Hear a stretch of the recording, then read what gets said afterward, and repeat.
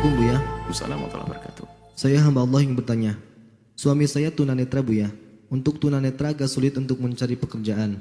Suami saya keahliannya di suara.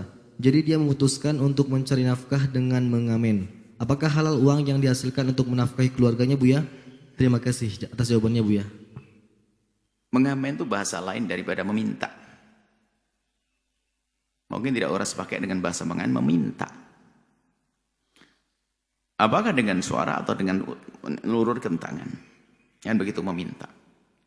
Kalau urusannya meminta, tidak harus orang buta atau bukan buta. Urusannya orang ini mampu atau tidak mampu. Jadi biarpun orang buta kaya raya, ya nggak boleh meminta. Meminta itu jangan dianggap boleh loh, haram loh bagi orang kaya. Tapi bagi orang yang tidak mampu, ya boleh. Rizki halal buat dia yang tidak mampu.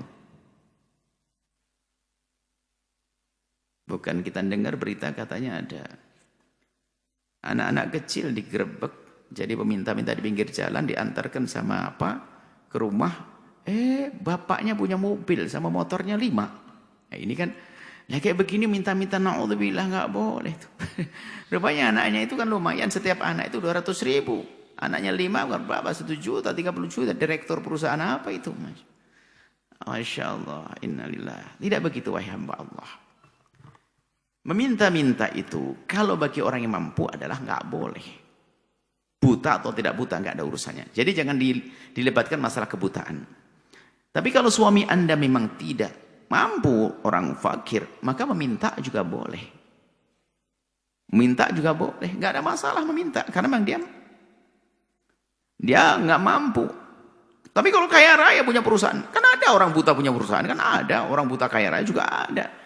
Jadi yang menjadikan diperkenankan meminta bukan urusan butanya, urusan dia kaya atau tidak kaya. Kalau dia orang mampu cukup, nggak boleh. La yazalu rajulu yas'alun nasa. Jadi ada orang kerjanya minta-minta. Nah, hatta ya'tiya yaumal qiyamati, sampai nanti di hari kiamat apa? Yaumul kiamat datang di hari kiamat. Walaysa fi wajhi mus'atul lahmin. Jadi nanti di hari kiamat itu tampak kalau dia mukanya nggak berdaging, tengkorak dok begitu. Ini peminta-minta. Meminta adalah haram bagi yang mampu. Tapi kalau suami Anda tidak mampu, sah, halal bagi Anda. Memang nggak mampu. Dan meminta-minta harus kita kembangkan makna minta. Minta bukan saja orang fakir, minta itu macam-macam loh ya. Ada minta atas nama agama, itu yang lebih serem lagi, mengambil dengan kehormatan. Seorang ustadz minta-minta, Pak Haji, sini dong. Wah ini serem banget nih, peminta-minta kelas serem tuh. Kelas busuknya double busuk. Atas nama makom kebesaran keustadannya, meres umat, minta, tidak boleh itu. Dosa itu. Al-akhdhu bil haya, akhdhu bis sayfi, kayak ngambil dari seseorang dengan cara bikin malu, itu malu.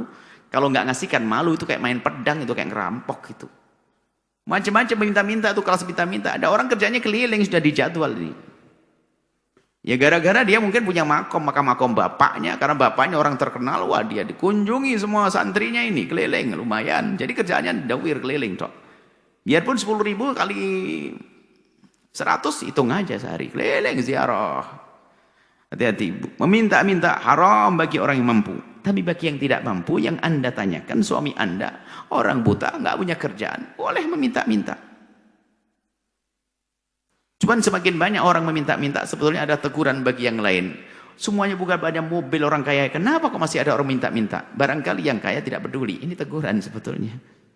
Jadi secara umum kita kembali kepada hukum meminta-minta. Itu bukan karena buta atau tidak buta, tapi karena ketidakmampuan, kefakiran. Baru minta itu boleh.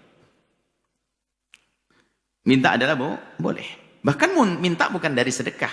Minta dari zakat yang haknya dia juga boleh. Seperti itu. Tapi hebat lagi adalah orang yang biarpun tidak mampu, dia adalah afif. Tidak menampakkan.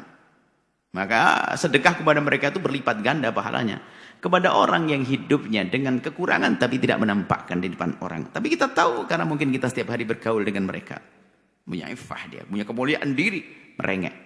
Ada sebagian orang tak mau minta-minta. Itu adalah karakter. Ada seorang ibu jual rujak. Rujak kan hanya 7.500. Dikasih duit sama seorang, apa 7.000, membayar 7.500, rujak 2.000, beli 3 rujak, 7.500, uangnya 10.000. Sama orang yang beli itu, nggak usah dikembalikan bu buat ibu, nggak mau, dia ngomong aku dagang kok, milikmu, nggak mau dikasih. Biarpun dia jualan rujak, karena ada kemuliaan dia, biar jualan rujak, jatah saya 7.500, 2.500 milik kamu pak. Oh enggak ibu, oh enggak, saya hanya mengambil hak saya saja. Lihat, ada orang mulia semacam itu, tapi ada orang biarpun gelarnya ustadz suka minta-minta. Ini penyakit. Meres, ngambil duit orang misalnya minta, haji. Cuman mintanya katanya halus. Kadang minta mobil, aduh mobil saya macet terus biar dibeliin mobil sama jamaahnya. Naudzubillah, hati-hati.